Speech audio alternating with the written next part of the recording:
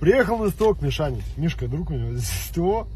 Приехал, его на работе нет. Я ему звоню, ты где? Он говорит, я в банк уехал. Ты машину оставь, листочки напиши, что с машиной. Говорит, я приеду, посмотрю и сделаю. Все, я машину оставил, на листочке написал. Ушел, я рядом живу. Сейчас пришел забирать. Вот он листочек. На нем написано. Я его написал, Мишаня, машина вообще не едет. Будто сзади кто-то держит. Посмотри. Вот карандашом написал. Собака, блядь. Посмотрел. Сзади никого нет, никто не держит.